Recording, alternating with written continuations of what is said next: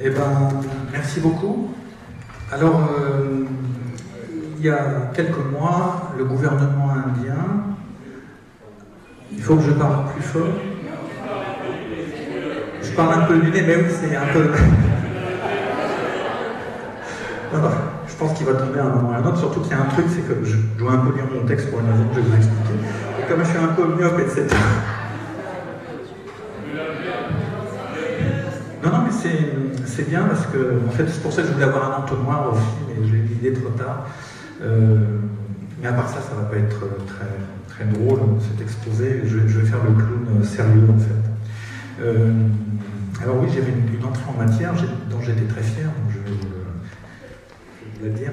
Oui, il y a quelques mois, alors c'est une histoire vraie, je crois que je ne vais vous raconter que des histoires vraies ce soir, ce qui est assez surprenant, mais il y a quelques mois, le gouvernement indien a demandé à l'Institut national de la santé mentale, l'INMATS, en Inde, d'envoyer des psychiatres pour étudier l'état de déséquilibre mental dans lequel se trouvent les opposants à la création d'une grande centrale nucléaire au sud de l'Inde, dans l'état de Tamil Nadu. Voilà, c'est-à-dire que, en fait, fondamentalement, les opposants à cette centrale nucléaire pensent qu'un accident pourrait se produire dans une centrale nucléaire.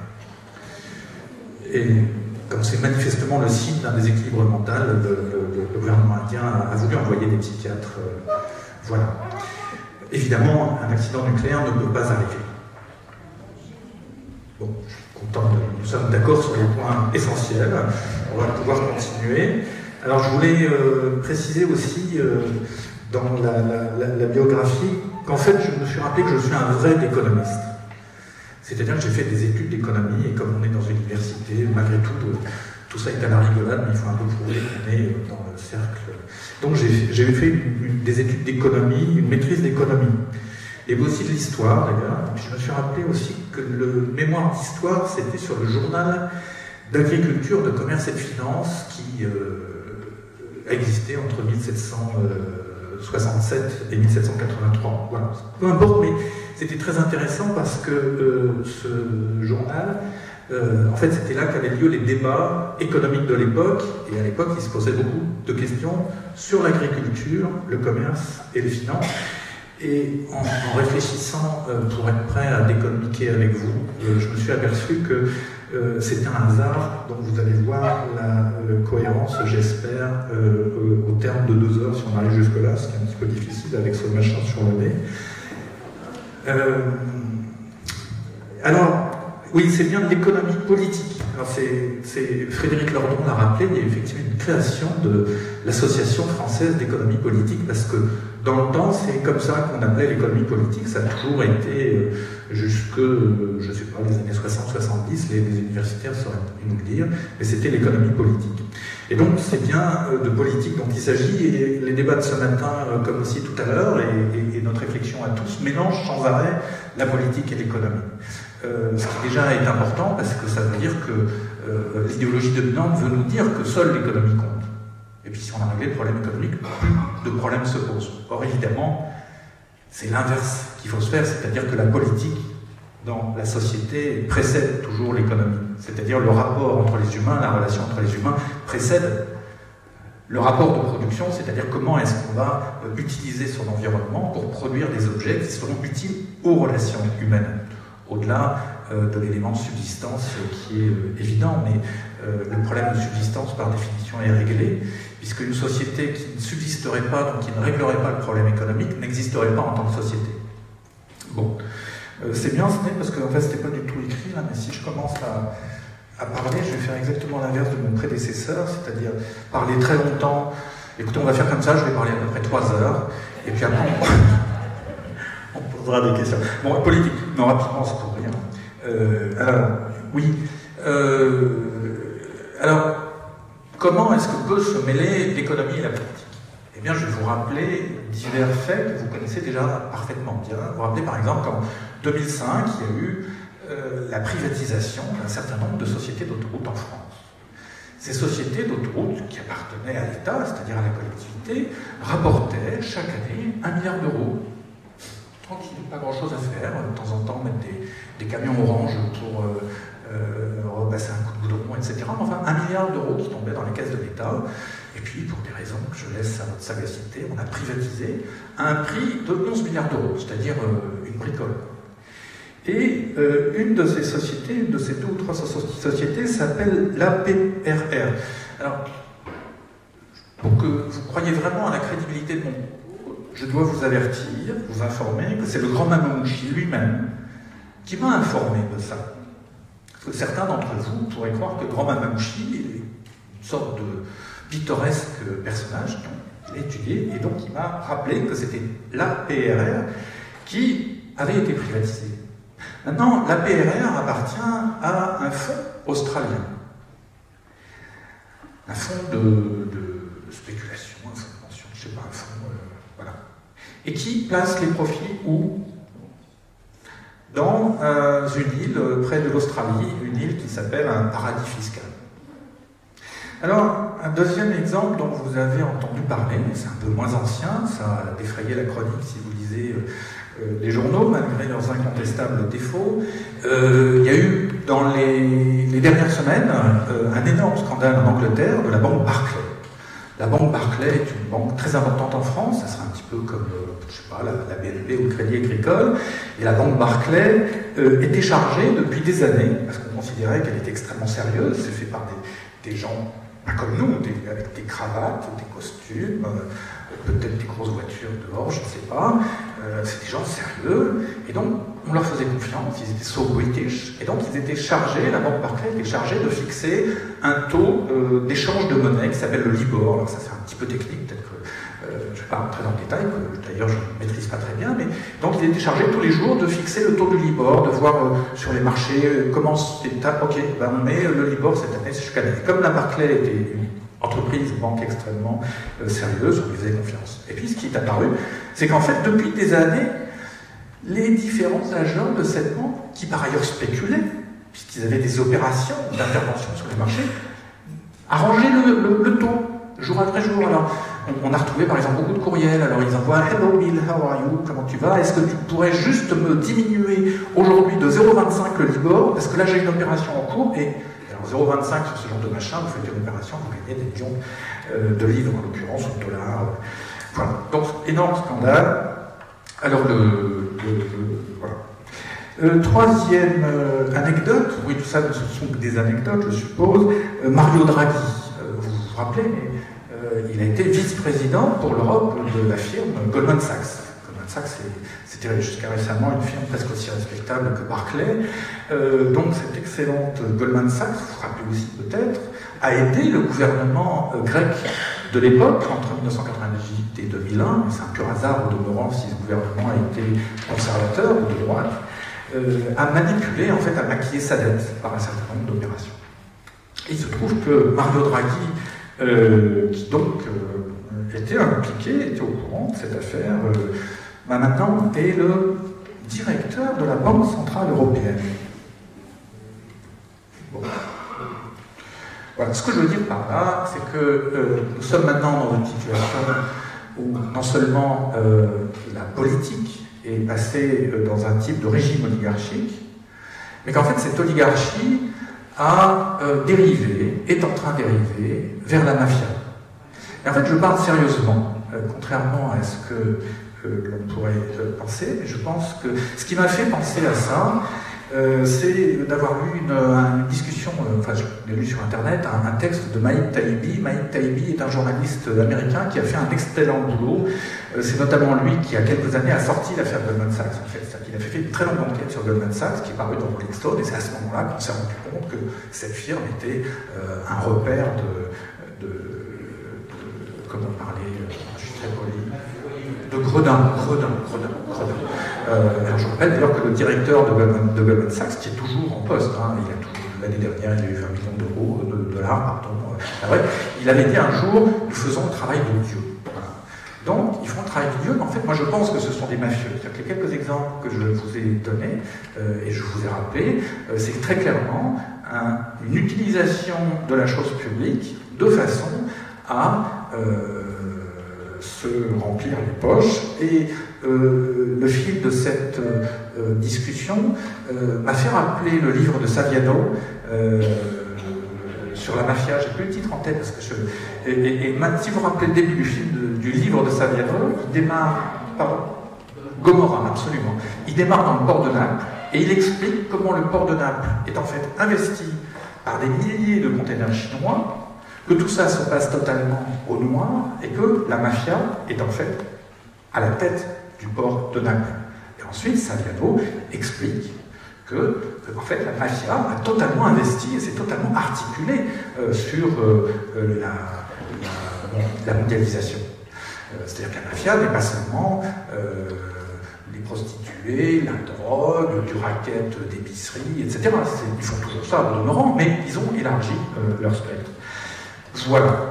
Je veux juste dire, puisqu'il y a un enjeu politique, on est dans une évolution où, en fait, les gens qui nous dirigent, ou une large partie d'entre eux, sont à ce point respectueux de la logique des marchés et à ce point soucieux d'augmenter de manière continue leurs profits, quelles qu'en soient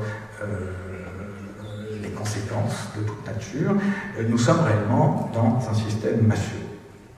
Je veux dire, c'est ça aussi, ce type d'adversaire face auquel nous sommes, parce qu'on continue à penser, et nous sommes tous, malgré nos défauts, des personnes assez raisonnables, assez bienveillantes, assez soucieuses du bien général, en gros, et donc on pense que ceux qui nous représentent, que ceux qui sont à l'heure actuelle au pouvoir, sont animés des mêmes intentions. Eh bien, non. Dans une très large mesure, les gens qui sont en tout cas à la tête du pouvoir économique ne sont pas animés des meilleures intentions, mais sont à un niveau de comportement moral qui se situe quelque part entre le gredin et la mafia. Voilà, alors c'était tout ça n'est qu'une introduction pour situer les choses en matière de politique. Maintenant, je vais revenir plus directement à l'économie. Finalement, on s'habitue très bien à s'aimer. Mon fils a fait cette année sa première année de clown à une école de Bagnolet et c'est très bien. Mais malgré tout, on parle un peu des nez, c'est un peu gênant. Alors ça oblige aussi à être. Il y a tout un truc sur le clown. Ils ont fait une démonstration et le personnage qui est derrière le clown. Alors en fait, le clown, c'est un universel. Donc tout ça n'est pas très intéressant. Et comment ils font quand ils veulent se moucher? Bon. Alors le fond de l'affaire, pour l'instant 1 heure est passée, donc ça va. Maintenant, venons au sujet de l'économie du post-capitalisme. Alors, pour venir au post-capitalisme, il faut que je revienne sur la phase du post-capitalisme, qui est non pas la phase de l'anté-capitaliste, ni la phase du pendant-capitalisme, mais la phase dans laquelle nous dérivons. Et nous acheminons vers le post-capitalisme. Donc, je vais reprendre un petit peu ce que ce matin on a entendu une première explication de la crise, mais qui à mon avis est un petit peu incomplète, donc si ça ne vous dérange pas, je vais la reprendre un petit peu, et donc voir qu'est-ce qui s'est passé dans le capitalisme depuis autour des années 1970. Avant, on était, en gros, le capitalisme avait trouvé, je ne voulais pas vous refaire toute l'histoire du capitalisme, encore ça serait à la fois intéressant, et il faudrait revenir à 1820, mais là ça me passerait carrément la nuit. Je vais juste reprendre la régulation fordienne, ce que les économistes appellent la régulation fordienne, c'est-à-dire qu'au début du XXe siècle, les entrepreneurs capitalistes, à l'époque c'était quand même le capital industriel qui dominait l'économie, se sont rendus compte que, à force d'exploiter, enfin je simplifie un petit peu, mais à force d'exploiter les travailleurs, au bout d'un moment, on n'arrivait pas à écouler la production importante que l'on commençait à sortir des usines. Et donc Henry Ford a eu l'idée géniale de bien payer ses ouvriers de façon à ce qu'ils puissent acheter, avoir un pouvoir d'achat qui permette d'acheter les produits qu'il sortait en masse, parce qu'en même temps il inventait la consommation de masse, c'est-à-dire le travail à la chaîne et la production en série, c'était la fameuse Ford T, et donc Ford T qui était un objet relativement abordable à l'époque pour ceux qui avaient un revenu, et voilà. Donc ouvriers bien payés, passage travail à la chaîne, très discipliné, très organisé, production de masse, et en gros, c'est le capitalisme est parti sur cette base-là, même s'il y a eu l'à-coup extrêmement grave de 1930 dont on a parlé, et d'une certaine manière, la production de masse s'est remise en route pendant la Deuxième Guerre mondiale, est sorti de ce chaos absolument énorme de l'enchaînement crise, dépression, guerre. On applique là le modèle fordien à très grande échelle, et le système des États-Unis se généralise aux pays occidentaux, et aussi d'une certaine manière, on pourrait dire aussi, et ça sera un autre sujet, l'URSS, parce qu'il ne faut jamais oublier dans ce schéma que l'URSS, l'Union soviétique, a aussi été une puissance industrielle extrêmement importante, vigoureuse. Enfin voilà, je ne peux pas m'égarer, donc j'en reste juste là. Donc le système marche très bien pendant plusieurs décennies, pendant les années 50, 60, en gros 2 à 3 décennies, et puis au bout d'un moment il y a eu un problème. Enfin, il y a eu plusieurs problèmes qui sont apparus, parce qu'il n'y a quand même jamais une seule cause, mais un des problèmes qui est apparu, qui a été évoqué ce matin, c'est que le système fordien marchait bien. Donc il donnait le plein emploi aux gens. Les travailleurs étaient en situation de plein emploi, donc ils étaient en situation de négociation avec les détenteurs de capital, en situation favorable. Le rapport de force entre le capital et le travail était favorable aux travailleurs. Et donc la consommation de masse marchait, il y avait des revenus importants qui se distribuaient, mais une part de plus en plus importante de la plus-value, ou des gains de productivité, était capté finalement par les revenus du travailleur, et le taux de profit diminuait, ce qui est, du point de vue du capitalisme, quand même quelque chose de toujours extrêmement gênant. Et comme Frédéric Lordon l'a rappelé de manière très claire tout à l'heure, c'est pas parce qu'il y a eu le keynésianisme, qui était une expression de ce que je viens de vous raconter, qu'il était contre le capitalisme, c'était une adaptation du capitalisme. Donc il y avait ce problème, c'est que le taux de profit était pas assez élevé. Alors, quel a été le choix qui a été fait? C'était le choix de la mondialisation, ou plus exactement, ça va finir par tomber ce truc. De toute façon, c'est pas très drôle, cet exposé en fait. Les clowns, c'est censé être drôle. Les choix qui ont été faits, ça a été de chercher un travail moins cher et un travail moins exigeant. Bon, il est tombé, hein, je suis toujours un économiste, on est d'accord. J'ai toujours cet honneur d'être considéré comme un vrai économiste. Bon. Eh bien, donc, aller en Chine. Alors ça, il n'y a pas que la Chine, on oublie, là, on est obsédé, la Chine, mais ça n'a pas vraiment commencé par la Chine, ça a commencé par le Mexique, avec les maquiladoras, c'est-à-dire ces zones franches au sud de la frontière des États-Unis, où il y avait des usines implantées avec des capitaux états-uniens, et puis des personnes, des Mexicains, des Mexicaines employés dans des conditions d'exploitation totale, et puis après ça s'est généralisé à d'autres pays, et puis la Chine, quand la Chine a fait son choix interne aussi, à partir de 1978 et des réformes de Deng Xiaoping, de s'ouvrir. Pour eux, s'ouvrir, c'était accepter les capitaux extérieurs aux conditions qui étaient posées par les capitaux extérieurs. Bref, qu'est-ce qui se passe? On abaisse le coût du travail, tout en étendant la production, parce que la production ne diminuait quand même pas dans les pays occidentaux. Elle se déplaçait sur d'autres produits, mais par ailleurs, la production des anciens produits, par exemple des entonnoirs,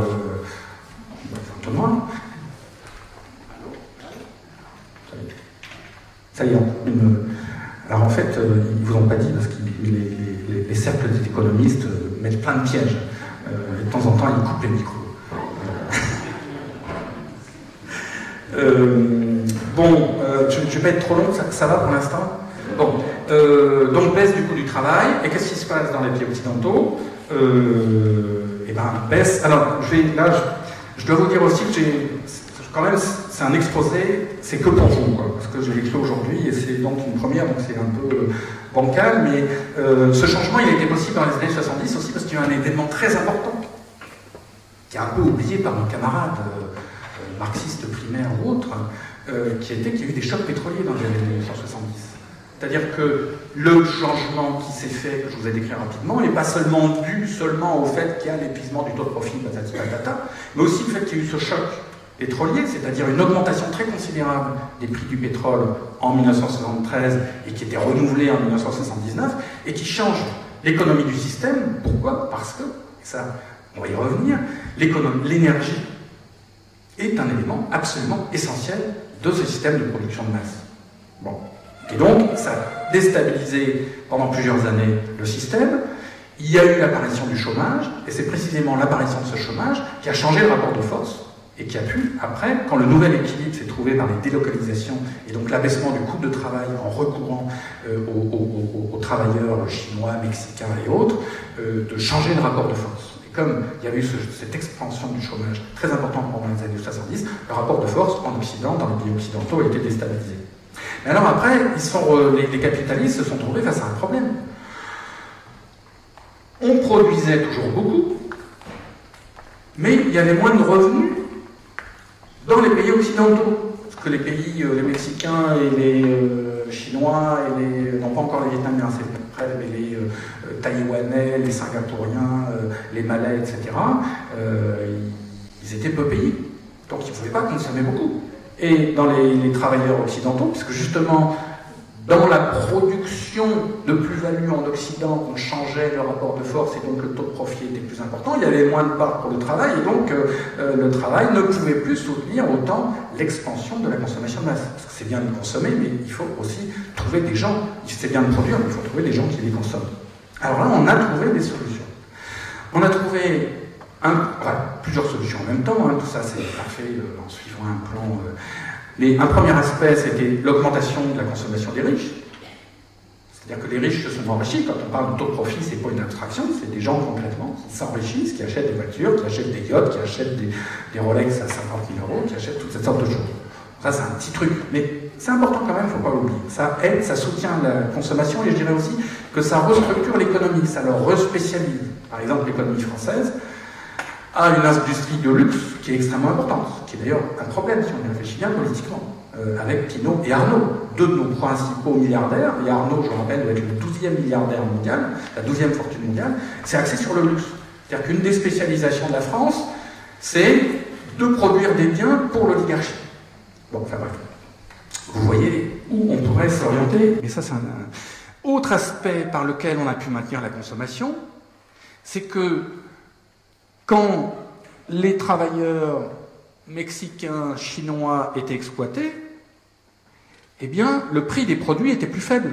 Certes, on va prendre un profit sur l'entonnoir fabriqué à l'usine de Mexico ou de je ne sais pas où, mais il y a quand même, on abaisse le prix du produit. Donc, c'est importé dans les pays occidentaux, et il y a eu une baisse du prix des produits. Et quand, en gros, le prix des produits baisse, eh bien, votre niveau de revenu s'augmente même si le revenu nominal n'augmente pas. On se comprend? Et par exemple, aux États-Unis, ça a joué de manière massive, et c'est pas non plus un hasard si Walmart est devenue la plus grande entreprise du monde pendant longtemps, et toujours une des 2 ou 3e. Vous savez, c'est cette entreprise qui fait, c'est un casino à la puissance 2, c'est-à-dire des milliers de grands magasins, et qui en fait pompe et distribue la camelote. C'est pas toujours de la camelote d'ailleurs, les biens produits à bas coût par les Chinois et par ces autres pays. Et puis le troisième moyen par lequel on a soutenu la consommation, et là ça a été très bien dit ce matin, c'était l'endettement des ménages. Là, surtout aux États-Unis, surtout en Angleterre aussi, surtout en Espagne, par différents moyens, on a convaincu les gens de s'endetter de manière globale. Et puis cet endettement, par ailleurs, je ne rentre pas dans tous les détails, mais se produisait aussi par les marchés financiers, par les États, etc. Donc toute cette économie tenait par ces différents mécanismes et était fondée sur un endettement absolument considérable, permettant de masquer aux populations le fait que leurs revenus réels diminuaient ou stagnaient, et qu'il y avait une augmentation des inégalités très considérable et une augmentation des profits très considérable. Alors, la crise de 2008, qui s'est amorcée en 2007 et qui a éclaté en 2008 et qui continue, fondamentalement, elle est liée à ça. Elle est liée au fait que cet endettement n'est plus tenable. Alors après, les mécanismes ont été expliqués, donc je ne vais pas rentrer dans le détail. Mais elle intervient aussi, et c'est pour ça on va y revenir, parce que ça va être un des axes de l'intervention. La question que j'avais posée à Frédéric Lordon, que je lui ai reposée tout à l'heure, que quelqu'un a posée tout à l'heure, et à laquelle Frédéric a répondu, c'est qu'il y a quelque chose qui s'est produit de manière extrêmement importante dans cette époque, c'est que la croissance a continué. Elle a continué, la croissance économique du PIB, dans les pays émergents, qu'on a fini par appeler émergents, mais elle a aussi continué dans les pays occidentaux. même si sur un rythme de diminution, mais chaque année, la croissance se poursuivait dans les pays de l'OCDE, Organisation de coopération et de développement économique, c'est les pays occidentaux, plus la Corée, le Japon, etc. Quelques pays, les pays riches pour faire simple, a continué à augmenter en 2%. Et donc globalement, le PIB mondial, le produit intérieur brut mondial, a quadruplé en 2010 par rapport à 1970.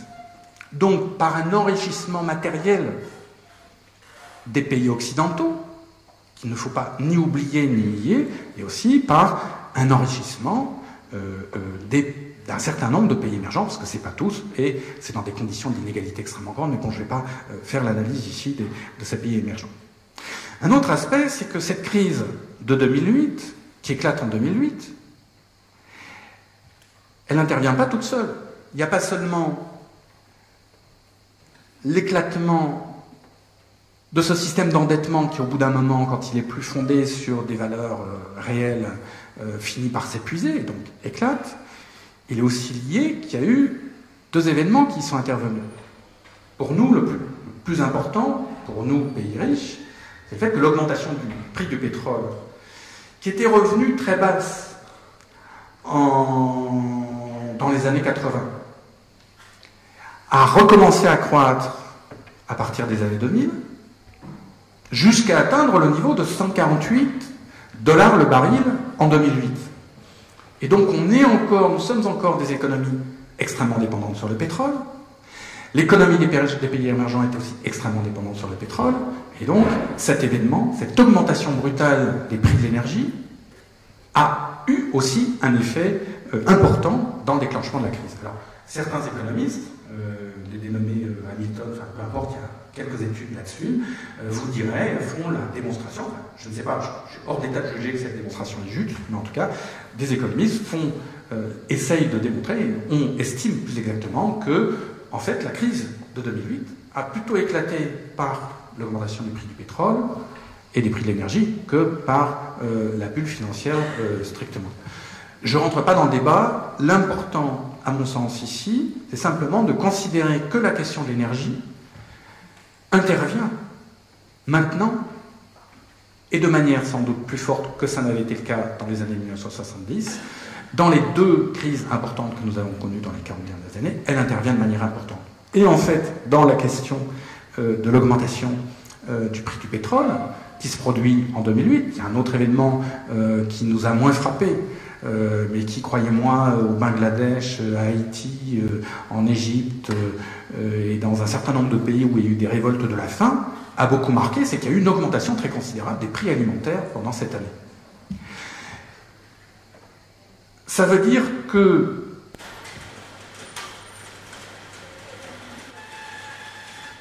c'est un coup du cercle des économistes.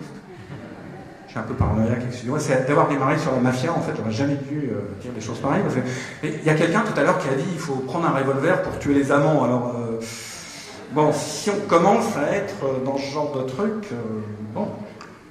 Non, c'était pour rire. J'ai bien compris que c'était un relais qui se fermait parce qu'il faisait chaud et que voilà. Donc tout ça pour dire qu'il faut penser l'économie et si les camarades de ce matin, je ne sais pas si Frédéric Lordon est encore là ou Gérard Duménil ou d'autres, mais il ne faut pas seulement considérer les rapports du capital et du travail, même si c'est extrêmement important. Je n'essaie pas de dire que les concepts du marxisme ne sont pas importants, mais il faut aussi considérer la question nouvelle de la terre. De la terre, de l'énergie, de la ressource naturelle, et puis aussi, on va y venir, d'une question nouvelle qui est l'espace écologique, et par exemple avec la question de l'atmosphère et des émissions de gaz à effet de serre. D'une certaine manière, et c'est un hasard, mais j'avais étudié le journal de l'agriculture, de commerce et de finance, donc juste avant la révolution industrielle, et l'économie de cette époque, c'est eux qui ont lancé l'économie, les physiocrates, François de Quesnay, etc., étaient préoccupés du rapport entre le capital, le travail et la terre. Et par exemple, Ricardo, qui est le créateur, je crois que son livre c'est les principes d'économie politique, là je ne me rappelle plus bien, Ricardo qui est l'inventeur du concept d'échange, enfin je vous passe les détails, mais qui en fait avait un raisonnement fondé sur l'épuisement de la rente foncière. Bon, tout ça pour vous dire que j'y connais un peu, et en fait tout je la ramène un peu parce que mes souvenirs d'études d'économie sont un peu lointains, mais pour dire que c'est quelque chose qui, dans la théorie économique, dans le déroulement de la théorie économique, a totalement été oublié. C'est-à-dire qu'à partir du 19e siècle, on oublie la question de la Terre parce qu'avec la révolution industrielle et la maîtrise de l'énergie, qui devient une énergie à bas coût, on rentre dans une logique où on peut pousser la production et où la question de la rareté de la Terre est beaucoup moins importante qu'elle n'était auparavant. Là, j'aurais envie de partir dans une autre direction, mais je ne le ferai pas. Parce qu'autrement... Alors, situation nouvelle, dans laquelle on ne peut pas oublier la question écologique dans son rapport à la question économique, parce que le prix de l'énergie monte, et il n'a pas monté seulement en 2008, et puis après, il redescend. Il est monté... alors, je suis un peu loin là pour aller... mais je vais faire dans l'air en gros. Si vous prenez le prix de l'énergie indexé, calculé à partir du prix du baril de pétrole en dollars constants, c'est-à-dire on élimine l'effet de l'inflation au long du siècle. En fait, le prix du baril de pétrole est assez faible, il est de l'ordre de $40 jusqu'aux années 40. De toute façon, à cette époque, l'énergie dominante, c'est le charbon, le pétrole est encore très minoritaire, même si avec la Ford T dont on a parlé, ça prend de l'ampleur. Mais un prix relativement élevé, mais bas. Et puis, en fait, ça va rester assez bas pendant toutes les années 50, 60, 70. Là, on est même plutôt à un cours qui a descendu de l'ordre de $20 le baril à nos prix actuels. Et puis en 73, ça monte fortement. Et puis, ça remonte à un niveau de 80 ou $100 le baril. Et puis, ça va redescendre après cette décennie 70. On va revenir à des taux de $20 le baril. Et tout le phénomène de la délocalisation, cette réorganisation du capital ou du capitalisme qui s'est fait avec l'utilisation, faire rentrer dans le processus industriel des travailleurs à bas coût, se fait avec un prix de l'énergie extrêmement bas. Jusqu'aux années 2000, où là, ça commence à monter, et là, on va remonter, on va remonter à $140 la pointe. Mais après, qu'est-ce qui se passe? Ça redescend, alors tu redescends un peu. Non, pas trop, tu redescends un peu. Puis là, tu te mets là. Et puis maintenant, tu vas osciller là. Mais juste 3 secondes, parce qu'on n'en finirait pas. Okay, ouais. Ça provient que c'est des déséquilibres mentaux. Hein, je savais. En fait, il faut des psychiatres. Ils parlent d'économie en remuant la main. Ça va pas. Bon. 2, la question du changement climatique. Hein, là, après tout, on n'est pas là pour être tous d'accord. Bon, ok. Moi, je veux bien qu'on fasse des plaisanteries, des excellents retournements, les retournements de veste qui font de l'énergie et qui aident à... Ok, d'accord. Non, mais malgré tout, c'est un problème sérieux. Donc, on ne peut pas parler seulement du changement climatique avec des anecdotes. C'est un problème fondamental et qui a été aussi étudié. Il y a eu une étude récente qui est parue d'un dénommé Granados de l'Université du Michigan, qui est parue il y a 3 mois, et qui a analysé, je vous la fais courte, en gros ce qu'il démontre avec son équipe, c'est que le seul facteur, il examine 3-4 facteurs, il établit les phénomènes de corrélation avec l'augmentation du PIB mondial, et leur conclusion, parce qu'ils ont bossé à plusieurs, c'est de dire le facteur qui explique le mieux l'évolution du PIB mondial, c'est l'augmentation des émissions de gaz à effet de serre. Autrement dit, on est dans une situation où la croissance mondiale est étroitement associée avec l'augmentation des émissions de gaz à effet de serre, donc avec l'aggravation du problème du changement climatique. Et puis, alors oui, sur le prix de l'énergie, qui est aussi oublié, mais ça nous entraînera le temps, il y a aussi une tension qui se fait sur les matières premières de plus en plus forte. Mais bon. Et puis, point, et c'est très important, c'est non pas la rareté alimentaire encore, mais la tension alimentaire de plus en plus forte, qui par exemple explique le phénomène d'accaparement de terre dont vous avez évidemment entendu parler, qui se manifeste depuis une dizaine d'années, c'est-à-dire le rachat par... Alors, ça se partage en 3 parties. Si j'ai pas de mémoire, les pays occidentaux, alors pas la France, mais par exemple, ça peut être l'Angleterre, les pays scandinaves, les États-Unis, c'est des fonds spéculatifs, c'est pas le gouvernement britannique, hein, ça va plutôt être nos amis les mafieux. Un autre bloc, un autre tiers, c'est les pays pétroliers, l'Arabie Saoudite, le Qatar, etc. Et puis un troisième tiers qui achète des terres donc au Zimbabwe, surtout en Afrique d'ailleurs. Le troisième tiers, ça va être l'Inde et la Chine, et la Malaisie un peu. Et là, parce que ça vient quoi? C'est qu'ils savent qu'il y a une tension alimentaire qui devient de plus en plus forte dans leur propre pays, et que donc la production agricole va devenir aussi un enjeu, et donc un enjeu en termes économiques, ça veut dire un facteur de coût. Et puis il y a un autre problème qui pointe son nez, c'est, même s'il n'est pas encore traduit de manière claire de façon économique, c'est la rareté des ressources en eau dans un certain nombre de pays. Donc voilà, tous ces éléments mis ensemble veulent dire que on ne peut pas parler d'économie, à mon sens, si on oublie l'écologie. Alors je vous rassure, bon d'abord, finalement je suis là pour en parler, donc ça veut dire que les rencontres des économiques, on est bien des économistes, parce que par exemple au cercle des économistes, je ne sais pas si vous avez des programmes, c'est intéressant, mais il n'y a pas la question écologique, il y a la question de l'énergie, ce qui n'est pas pareil. Enfin, donc la conséquence de tout ça, enfin, ce que l'on peut dire, c'est que maintenant, la croissance du PIB, l'augmentation en volume de l'économie matérielle est contrainte par l'écologie. Alors, c'est-à-dire que de plus en plus les coûts de l'écologie, alors les économistes sérieux, enfin non pas que sérieux, tout le monde, tous les économistes, parlent d'externalité. C'est-à-dire le fait que quand vous produisez par exemple des entonnoirs, en moulant le plastique, etc., vous allez faire des rejets toxiques. Et ces rejets toxiques, on les met dans l'eau de la rivière. Et si personne ne vient dire à l'industriel qui a fabriqué des entonnoirs c'est mal de mettre l'eau dans la rivière, cette pollution de la rivière ne va pas coûter aux fabricants d'entonnoirs, et pourtant ça va coûter à la société, puisque ça abîme l'environnement. Donc c'est ce qu'on appelle une externalité négative. Donc en fait il va y avoir de plus en plus d'externalités négatives, sauf que maintenant elles atteignent une telle ampleur qu'on sait bien qu'il faut les réintégrer d'une manière ou d'une autre. Il y a une pression sociale qui est extrêmement forte par le mouvement écologiste, par les scientifiques, et puis heureusement d'autres économistes et même quelques membres de l'oligarchie qui disent non, ça va pas, là, le changement climatique, il faut faire quelque chose. Donc on va devoir commencer à donner un prix au carbone, donner un prix à l'ensemble de ces externalités négatives. Et puis par ailleurs, il y a le coût de l'énergie qui est très probablement entré dans une logique de niveau élevé. Or, en fait, ce qui a permis l'extension de la révolution industrielle et l'extraordinaire développement que nous avons connu depuis 1820 et encore plus rapidement à partir de 1950, ça a été le bas coût de l'énergie. Maintenant, il est fort probable que, alors je ne vais pas ennuyer Linda, mais donc je reprends, je me mets au bout d'un coup, on est maintenant dans un système où, s'il y a une reprise, alors je réfléchis, s'il y a une reprise, le prix de l'énergie va monter, puisqu'il y a plus de demande de pétrole, tout genre de trucs.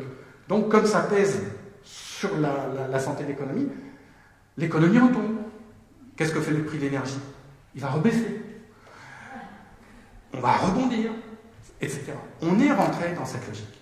Je simplifie. Alors par exemple, nos cercles d'économistes, ils disent, là j'ai regardé le programme, c'est amusant quand même, ils parlent du rebond. Ils ont tout un truc, ça va être les émergents, enfin je vous passe, il y a tout un discours qui est en train de se mener, l'Occident n'est pas foutu, les émergents sont aussi. Il va y avoir un rebond dans les pays occidentaux. Et si vous lisez la phrase du programme, parce qu'ils sont persuadés que la croissance des émergents, la Chine, l'Inde, le Brésil, va continuer. Alors, moi je vais faire une prédiction, et avec, par exemple en 2007, dans Comment les riches détruisent la planète, j'avais écrit, et puis on était quand même un certain nombre de gens à dire que la crise allait arriver, moi je l'ai dit avec un angle de l'écologie. En gros, je disais, pour faire simple, que les États-Unis et la Chine allaient rentrer en crise. Enfin, que les États-Unis allaient rentrer en crise et que la Chine allait voir ralentir son taux de croissance. Et je disais que c'était une bonne chose, et je le maintiens. Et donc maintenant, par rapport à tous les éléments dont je vous ai parlé, et le fait qu'en plus la question financière n'est absolument pas réglée, on est dans une situation où 7h25, ah ouais, je suis bon. Non, mais t'as raison. Ouais. Bon, écoute, je vais très vite. Je veux juste vous montrer un truc. Il est baladeur, ce micro? Allô? Si. Il marche? Je vais faire un petit schéma. Très simple. C'est l'évolution dans le temps. Et en faisant référence à un phénomène que les physiciens appellent la transition de phase. La transition de phase, c'est ce que m'ont expliqué les scientifiques, c'est une situation dans laquelle votre système évolue, et puis il y a un certain nombre de facteurs qui le font changer, et puis il passe un seuil, et là il change de phase, il change d'état. Peut-être par exemple que quand l'eau bout, elle bout, alors pendant ça chauffe, c'est toujours de l'eau, et puis à 100 degrés, hop, point d'ébullition, en fait c'est une transition de phase. L'eau devient de la vapeur d'eau. Et bien, il se passe ça dans les sociétés aussi. Alors, je ne vais pas remonter au début de l'histoire de l'humanité, ça sera pour l'année prochaine. On va juste se situer au 17e, 16e, 17e siècle. On va dire que c'est l'économie mondiale. Alors, vous voyez, c'est de l'économie, hein, donc... d'ailleurs, je propose, je vais mettre quelques racines carrées, et puis log de... C'est l'économie scientifique, il a très bien expliqué ça, Frédéric. Mais en fait, non, c'est tout simple. Qu'est-ce qui se passe? L'économie mondiale, pendant toute la période d'avant la révolution industrielle, c'était la période néolithique finalement, elle stagnait. Elle avait des oscillations, puis elle stagnait. Notamment parce que le prix de l'énergie était contrainte. On manquait d'énergie et donc ça coûtait trop cher. Et puis en gros, ce qui se passe à la révolution industrielle, il y a différents aspects, c'est l'apparition de l'énergie peu chère, qui devient peu chère, avec le charbon. Ça commence avec le charbon, et puis par ailleurs, les États-Unis qui offrent un espace écologique extrêmement important. Et donc on va s'amorcer la révolution industrielle, et une augmentation du PIB mondial, le produit intérieur brut mondial, qui est calculé par un historien de l'économie notamment qui s'appelle Angus Madison. J'aurais pas dû faire ça. Vous voyez, la science en économie, ça fout plein de problèmes parce que ça fait des externalités négatives sur les tableaux. Et alors la théorie qu'on commence à avoir avec quelques-uns, alors ça, vous voyez, c'est en gros, moi je mets ça 1800, 1820. La machine de Watt, c'est 1780. Bon, voilà. Une période, c'est les débuts de la révolution industrielle. On démarre, alors je l'ai fait droit, en fait la révolution industrielle dans les pays occidentaux c'est à 2% par an. On oublie, mais... Et puis il y a en fait une accélération à partir de 1950, donc ça monte plus raide. Et il y a des chaos, la crise de 29, etc. Mais en gros, il y a une autre transition de phase qui se produit. Et qui est probablement notre période. On va appeler ça 2005-2015. Et ça veut dire quoi? Ça veut dire qu'on passe le PIB, et je dis bien le PIB mondial, parce qu'on est dans le monde maintenant. Notre économie, elle n'est pas Aix-en-Provence, la France, la souveraineté française, l'Europe, non. Eh bien, on va rentrer la transition de phase et on change d'état, on change de phase. On va avoir une croissance ralentie. D'ailleurs, après, on va avoir une autre discussion sur notre croissance, mais je pense qu'elle va aller vite parce que je déborde un peu. Donc, la croissance, elle est derrière nous. Voilà. Bon. Deuxième phénomène qui se produit, qu'il ne faut pas oublier, c'est le mouvement de convergence des économies. C'est-à-dire que, oui, le PIB de la Chine, de l'Inde, du Brésil, de l'Afrique du Sud augmente. Donc, si on fait à l'échelle mondiale, on calcule OCDE 50%, Chine, Inde et les autres 50%. Ça se bascule. Et puis surtout, le niveau de vie évolue. Le niveau de vie en moyenne. Après, il faudrait avoir une autre discussion, mais là je ne peux pas l'avoir maintenant. Mais le niveau de vie moyen s'élève. Il est toujours quand même très en dessous du niveau de vie des pays occidentaux, de l'ordre de 7. C'est-à-dire, si vous prenez le niveau de vie moyen des pays occidentaux et vous prenez le niveau de vie moyen du reste du monde, c'est de 1 à 7. Donc une inégalité qui est encore extrêmement importante et qui n'est plus acceptée. Parce que maintenant, un journaliste indien, un avocat guatémaltèque, un cadre commercial chinois, je sais pas moi, voilà, un maçon nigérien,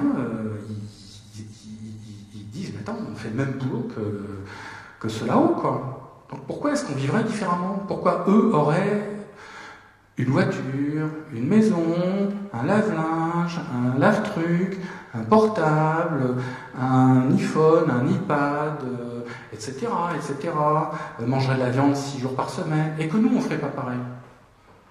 Honnêtement, logiquement, ils ont tout à fait raison. Donc la logique historique, puisque là, je vous parle de mouvements historiques, la logique historique, c'est qu'il y a une convergence des niveaux de vie. C'est-à-dire que, en gros, ça ne va pas se faire dans la demi-heure, ni même dans la décennie, mais en gros, on est maintenant rentré dans une logique où les niveaux de vie vont se rejoindre. Mais ils vont se rejoindre où? Est-ce qu'ils vont se rejoindre au niveau des habitants, par exemple d'Aix-en-Provence, qui se réunissent dans une salle de cinéma pour parler de la Révolution, et qui, quand l'air climatisé arrive, poussent collectivement un soupir de soulagement?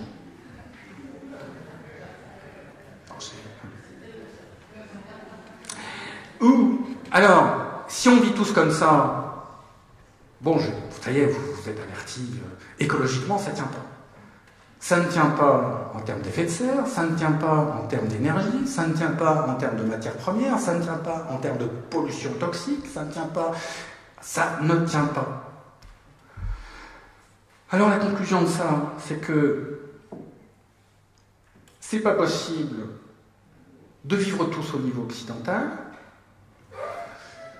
L'inégalité au niveau mondial n'est plus admissible et va être de moins en moins acceptée.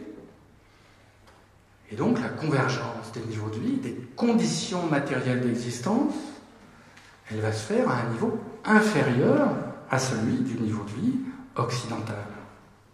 C'est-à-dire qu'il nous faut penser la sortie du capitalisme sans croissance, ce qui déjà est un choc pour beaucoup de nos amis économistes, et même d'économistes. Il y a un lieu de débat, mais pas tous. Il nous faut penser la sortie du post-capitalisme sans croissance, et il faut l'intégrer parce que nous sommes aussi préoccupés de la question écologique, donc du bien-être général, que de justice. Il nous faut penser ce post-capitalisme en réduisant les conditions matérielles d'existence dans l'Occident. Ça va, personne ne m'a encore lancé de tomates, tout va bien. Alors je vais juste prendre un exemple que m'a donné Philippe ce matin, parce que moi, en fait, maintenant j'ai envie, parce que je le dis ça assez souvent, de concrétiser. Ça veut dire quoi, la baisse des conditions matérielles d'existence? Par exemple, moi j'ai maintenant un certain âge, et ceux qui ont un certain âge se rappellent peut-être que quand ils étaient gamins, ils allaient chez le boulanger et ils rêvaient de confiserie. Dans les boulangeries, où il y avait des carambars, il y avait des sucettes Pierrot Gourmand, il y avait 2-3 trucs, mais voilà, c'était des réglisses, des trucs comme ça. C'était un petit étalage. Maintenant, vous allez dans le moindre magasin, vous avez un étalage entier de confiserie. Alors, est-ce que c'est vraiment un problème si la diminution des conditions matérielles des pays occidentaux signifie que nous réduisons notre consommation de confiserie? Bon, allez, maintenant je vais vous faire en accéléré et on aura des débats. Bon, 3 axes pour la politique post-capitaliste, ça c'est très simple. On nous dit, vous n'avez pas de solution, vous n'avez pas d'alternative, etc. Si, la politique, elle est claire, reprendre le contrôle sur les marchés et sur les finances. C'est la clé de tout, on ne fait rien, mais objectif, voilà. Deuxième chose, réduire drastiquement les inégalités dans les pays occidentaux. Je ne parle plus maintenant des pays émergents, je prends comme hypothèse, comme postulat que nous devons, si nous ne le faisons pas, ça nous arrivera de manière qui est en train de se produire, organiser, réfléchir à la réduction de la baisse de la consommation matérielle. Et ça passe par une réduction drastique des inégalités. D'abord parce que pour les 30% de gens qui sont dans la moise, en gros 15% de gens au chômage, en situation de pauvreté comme on dit, puis 15 autres % qui sont en situation précaire, cela on ne diminue pas les conditions matérielles d'existence. En revanche, pour toutes les classes moyennes, oui. Et toutes les classes supérieures, oui. Deuxièmement, pour que les classes moyennes acceptent d'aller dans cette direction, il faut que ce soit dans l'équité. Donc il faut que l'inégalité diminue. que ce soit clair, que ce soit pas seulement une partie de la société qui porte le truc, mais que c'est porté par tout le monde. Et puis 3, qu'il y a un enjeu de récupération de la richesse collective qui est absolument essentiel pour la première partie, c'est sortir les pauvres de la mouise, et puis financer la mutation écologique. Alors là, en fait, j'ai plein de trucs. D'une certaine manière, c'est la partie la plus intéressante. Tu me donnes 10 minutes, 3 minutes.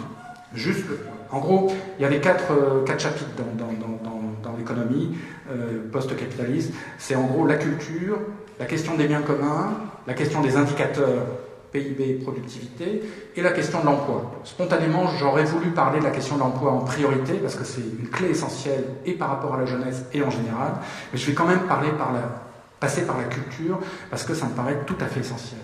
De comprendre ça, que l'enjeu se joue très largement là-dessus. C'est-à-dire que la mutation du post-capitalisme doit être une mutation culturelle. C'est-à-dire que le capitalisme, c'est aussi une philosophie de l'existence, c'est une anthropologie pour employer des mots compliqués, et c'est simplement une philosophie qui dit que les rapports humains doivent être organisés sur l'individualisme et sur la compétition. Et on vit là-dedans de manière exacerbée, en particulier depuis une trentaine d'années. Et bien que une question essentielle, et je pense qu'elle est presque aussi importante que la question du pouvoir dont on a parlé tout à l'heure, de la prise de pouvoir et dont on va reparler, et ben c'est d'arriver dans le même temps à se dire qu'il faut changer la culture. C'est-à-dire substituer une culture de la solidarité et de l'entraide à la culture de l'individualisme et de la compétition. Et puis, ben ça se prépare. Alors ça se prépare par nos pratiques. Tiens, le cercle non, c'est pas le cercle, excusez-moi de l'injure, les rencontres des économistes, ben c'est évidemment, c'est formidable ce moment, une fois de plus. Là, voilà, le partage, vous le faites, la collectivité, vous le faites, ça fonctionne à merveille. Deuxième chose, par des outils économiques, mais là je n'ai pas le temps de vous en parler. Et puis troisième point, essentiel, qui est l'éducation, qui est souvent abordée, qui était abordée tout à l'heure, qui est absolument essentielle. Aussi bien en termes d'éducation, j'allais dire d'instruction, et d'instruction civique. Et il faut se redire que l'enjeu de l'éducation nationale, c'est pas seulement d'embaucher 60 000 personnes, même si c'est absolument essentiel, c'est de savoir quel contenu on donne à l'éducation. Et si on assume le fait de dire qu'il nous faut un programme éducatif. Et la question des programmes de sciences économiques est qu'un petit exemple. Il faut être beaucoup plus radical là-dessus. Il faut dire non seulement il y a un programme de sciences économiques, mais il y a un programme d'instruction civique. À l'école primaire, il y a voilà, on réfléchit sur cette question des programmes. Et deuxièmement, il faut aussi qu'on attaque de fond la télévision. La télévision qui est quand même le grand robinet d'aliénation collective qui explique une très large part du fait que nous n'arrivons pas à l'insurrection des consciences qui nous animent et qui est quand même liée au fait que les gens se prennent du TF1, du Pujadas, enfin voilà, le film Les Nouveaux Chiens de Garde de ce point de vue-là est merveilleux dans la tête. Et donc il faut poser la question. Bon voilà, j'arrête. Si, la publicité aussi doit être aussi dans le collimateur absolu. Bon, j'arrête et excusez-moi d'avoir été un peu long.